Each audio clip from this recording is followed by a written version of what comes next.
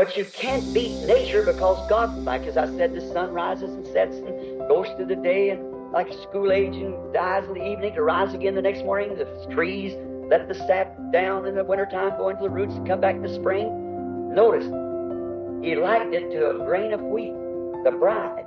The reason that God had to let that go like that fine, real, genuine church that was established on the day of Pentecost, had grown since the day of Pentecost into a great church. It had to fall into the earth in that dark age and be buried like all seed does. It had to die so it could come forth in the Reformation again.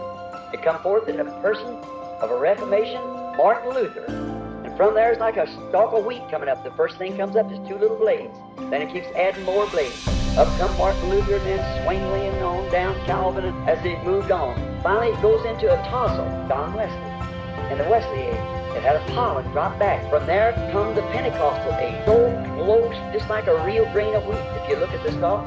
But if you'll take that wheat and move it back, there's not one grain in it at all. It's only a shuck in the shape of a grain. But it's set there for a purpose to shelter the grain until the sun hits it like that, it kill it.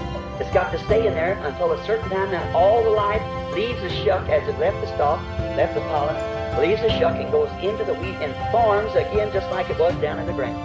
Now all of us know that whenever a message is given in 3 years, they form an organization. When they do that, it kills it right there. It did in the days of Luther, it did it in the days of Wesley, it did it in the days of Alexander Campbell and all the rest of them, and it did it in the days of Pentecost. Exactly. You get to a place, each one gets starchy and gets off and they can't receive new revelation. They're settled down and there they are, and there they die. And the life goes right through that. It goes right on to make the wheat. And when the wheat comes, that life has traveled through that wheat. The resurrection brings the whole thing out. Brings up for the rapture.